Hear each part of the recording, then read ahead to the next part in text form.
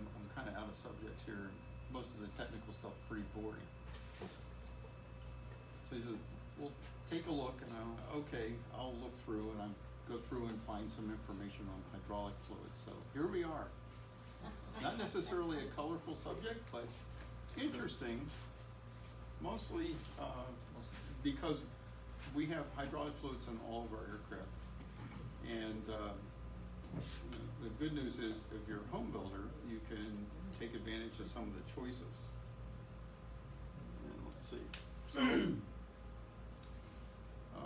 won't make this too drug out, but basically go over a little bit of the uses of hydraulic fluids, the types of hydraulic fluids that are used in aircraft. We're talking about aircraft, and I'll touch on the large airplanes just a little bit. The history of this, and what's the real issue? Why am I even talking about this? And it's because these hydraulic fluids can be flammable. They're all flammable to some degree. And what's the alternative? So, see if I can stand over here a little better. So what do we use them on? Small airplanes is mostly wheel brakes. Also, if you get to slightly larger airplanes, you might have retraction systems.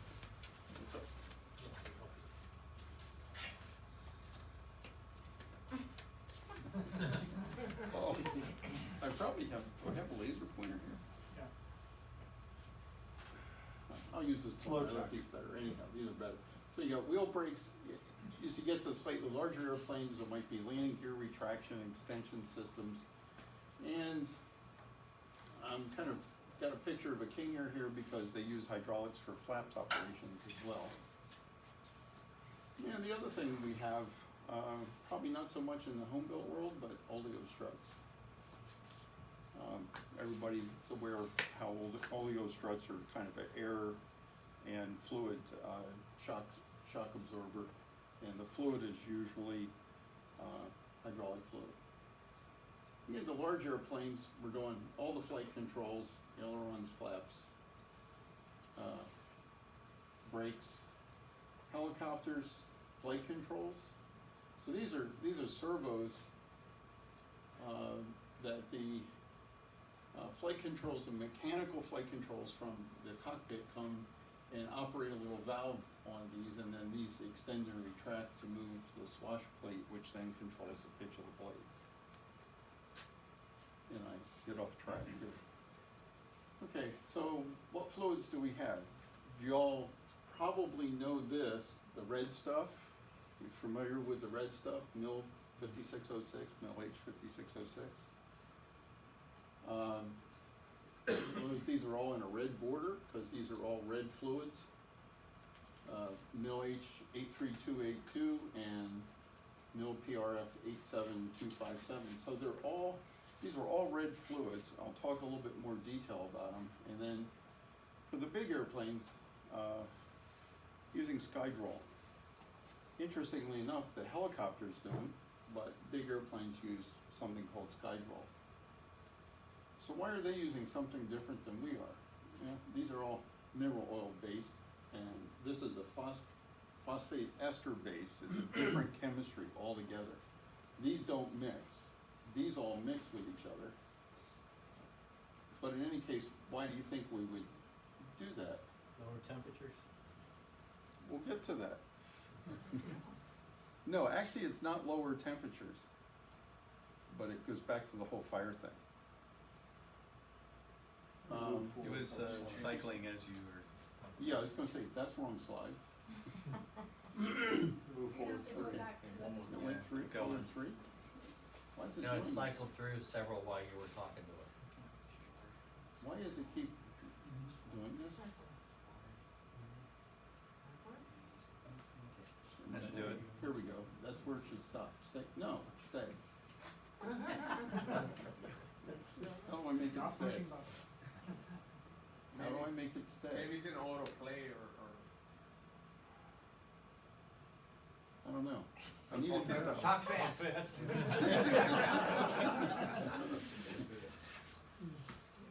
let's go back here. So military, things gonna change, yeah, I can't talk that fast. What's going on here? Yeah, Did you set up any animations or anything I like that? didn't, that no, depicted? no, it's just a PDF. Uh,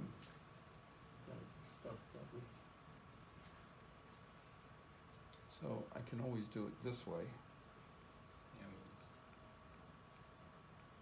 and it won't cycle through, okay. The short way to fix it. Okay, so anyhow, if you go back pre-World War II, pretty much into just post-World War I, when the need for hydraulic systems came into play, it was basically ANO 5606, I think it was, which then migrated into an AN, or the mill H5606. And so these older airplanes were all using this 5606, the red fluid that we still use today. So think about that, 70-year-old technology. So the problem is, in the big airplanes, they were having problems with hydraulic or brake fires. So high braking loads on big airplanes, they apply the brakes, seals in the brakes, or there's hydraulic fluid leaks, and they catch on fire. There was also a case of an airplane that had a fire that actually got to the hydraulic lines, and the hydraulic fluid is fed to fire. I think that was this British Airways accident. Anyhow, people died, airplanes lost, and nobody did anything. What happened was in 1948, Monsanto and McDonnell Douglas, I think motivated by McDonnell Douglas to come up with a solution for this fire problem, they come up with the phosphate ester based oils or fluids. And the first product was the Skydroll 7000.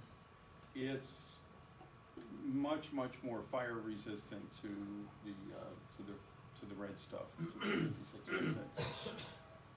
And you'll notice that the purple fluid, intentionally colored a different color, is kind of interesting. So not compatible, small airplanes never went to it, helicopters never went to it, military never went to it, because it's not compatible, and they don't want to get in, have problems with people putting the wrong fluids in the wrong aircraft and all that sort of thing. However, it did become standard for commercial transport airplanes. Obviously, well, if you don't change the fluid, you don't change the problem with fires. The Navy got frustrated. The industry wasn't coming out with a solution. Industry probably wasn't getting paid to come out with a solution, but anyhow, released a spec for a mill H83282, which was much less flammable than 5606. It was required to be what they call miscible or mixable with the 5606. It's a red fluid, again, these are red fluids. Problem is, when it gets cold, yeah, it gets kind of thick. So that was a problem. So the Navy releases the spec and then never uses it. And in 1992, various branches of the military got together and issued the 87257, which is, again, a red fluid, totally mixable with 5606, and has pretty good fire characteristics, close to Skydroll. So the solution's available.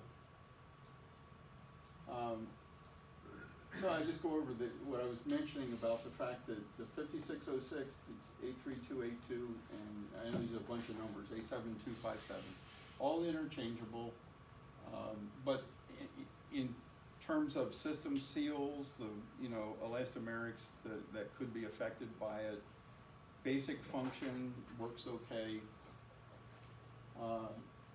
and these are all can be intermixed so that basically if you have an aircraft service with one, the military doesn't have an issue of somebody servicing the aircraft with the wrong stuff. I actually worked on a certification for the Navy TH-57 trainers. They wanted to change over, ironically, to the 83282 from 5606 because of the concerns of fires. Their hydraulics aren't in wheels and brakes, but in flight controls. They still have hydraulic fluid around, and when they crash the helicopter, they don't want the hydraulic fluid contributing to the fire. And once again, like I said before, Skydroll, great stuff, not compatible with anything else. So when you start thinking about these different fluids, you know, well, what are the important characteristics? So the big ones are temperature range, viscosity, how thick does the stuff get when it's cold or hot, how thin does it get when it's hot, and how flammable are they? There is sort of an interesting thing about Skydroll, which is you don't want to get it on your hands. It's nasty stuff. It'll take ordinary paint off and things like that. I think there's, the non-toxic part doesn't work for either of them, but the idea was that the Skydroll stinks and it's hard to handle. So quick comparison. So let's drop out the Skydroll out of the discussion because we're never going to use that in small airplanes. And you look at 5606, 83282, and 87257. So this is the oldest. Came out in, what did I say, the 60s and the 90s. And so you got good flammability risk with this. This one improved the flammability risk, but it's not good at low temperatures. And here's the viscosity properties of the three. So it's just the larger number here, the thicker the stuff is. And when you look at, it's all working out okay at the high temps. This isn't too much of a variation. Minus 40, this stuff's getting pretty thick, right? So compared to the other oils. So this is your baseline, is 5606. And so this stuff gets really thick at minus 65. So if you start talking about airplanes that go up high, that gets cold, helicopters, we look at it in polar regions and things like that. This is like molasses in January, as they would say. I mean, it's just not, the stuff won't pour. And so that becomes a big issue when you have hydraulic pumps that have to pump and move the fluid and all that sort of thing. So this is an RV9. And they had applied brakes hard on landing and then came to a stop, and apparently that caused, the thought is that it caused the O-rings to get overheated and then leak. And it leaked fluid onto the disc, which was hot, and caught on fire. So this is real life, caught on fire, burned up. You can see the tire is not in good shape. What they did was they replaced the tire to move the aircraft, but melted the aluminum line and burnt the fairings, and they had fire damage up here to the fuselage. So yeah, it can be annoying. And why not change? Well, you got a certified airplane, you're out of luck because it's going to have to get certified. And even though, in my opinion, for wheel brakes in small airplanes, the viscosity differences and so on are really inconsequential. The FAA would drive you to an STC. Home builders, we can do our own thing. So if you're doing it for just brakes, not a problem. If you're doing it for gear retraction and all, you might want to look at some of the other characteristics. And my thought is today, the 87257 would be easy to put in and get rid of the 5606. This is a little more expensive, but you don't use much of it, in your brakes. And I've ended the torture. You have the non-flammable, the RV6? I don't yet. What kind of testimonial is that? Next time, so I can talk about this backup slide I put in here, which is, what do you do if you want to change your airplane over to the new fluid, right? So the fluids are compatible, so you don't have to purge and clean and make sure all the 5606 is gone. In fact, there have been studies that show that the flammability changes by the ratio of the new oil to the old oil, right? And the easiest thing to do would be suck out the fluid out of the reservoir, open your bleeder up, and let it drain through, keeping the reservoir full with the new stuff, and just let it purge itself out that way. Or vacuum down. You can vacuum it down, same like you would do in a car to change brake fluid, and swap it over, and then you got brake fluid that won't catch on fire in most of our situations. But there have been cases with like landing gear retracts, a hydraulic line gets compromised, squirts oil all over it, hits the, on transport airplanes, hits hot components of the landing gear, catches on fire, and they have a wheel well fire. That sort of thing can happen. But anyhow, it's interesting. So the background of this data is, I'm a designee for engineering with the FAA, and part of my annual training ended up being hydraulic fluids. We got into a lot more technical depth than this, but that's it. So, all done.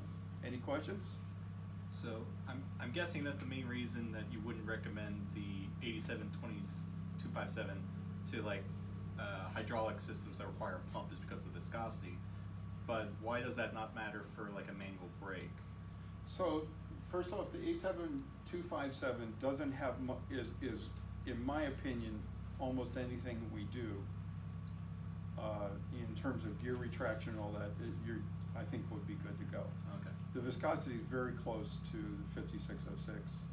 The rest of the characteristics are very similar. I mean, they were trying to solve all the problems that was introduced by the 93282 or whatever it is.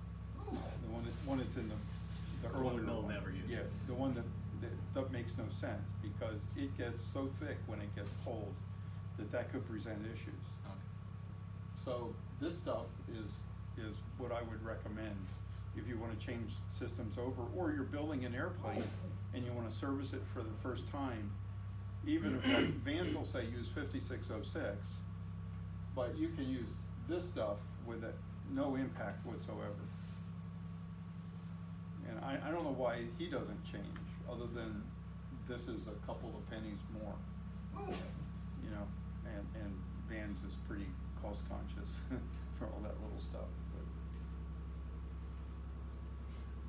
there you go, Jerry. Yeah, do you see any possibility that like the current generation transport category airplanes using electric brakes? Why can't we just eliminate the hydraulics and go to electric brakes? So theoretically, there's no reason not to go to electric brakes, except the cost. Yeah. Who makes them? Complexity. Yeah. Well, I think it's, the product's not out there, right? For the 787, they went to electric brakes. We never had glass panels for a long time either. Yeah. But I mean, still, of the big airplanes, the only ones using electric brakes I know of are the 787. Right. I don't know if the military's going to anything on like the F-35 or something like that, but the whole idea, 787 design philosophy is kind of interesting, is that when they started with that, they said, what technology can we take advantage of to reduce the weight of the airplane? And hydraulics, pretty mature technology, really. Nothing happening there. Things powered by bleed air from the engines, that's air tapped off of the compressor of the engines, not going anywhere. Where's it going? Oh, in the commercial sector, they're spending a lot of money on electric cars. The ideas are the developing stuff for electric cars. So you got an aircraft with a 170 volt DC electrical system instead of a 28-volt DC electrical system. And big generators and everything else, including brakes, gear retraction, flight controls, everything's electric. And by increasing the voltage, they decrease the wire size, reduces weight. Bit off track, but good question though. All right, good evening. All right.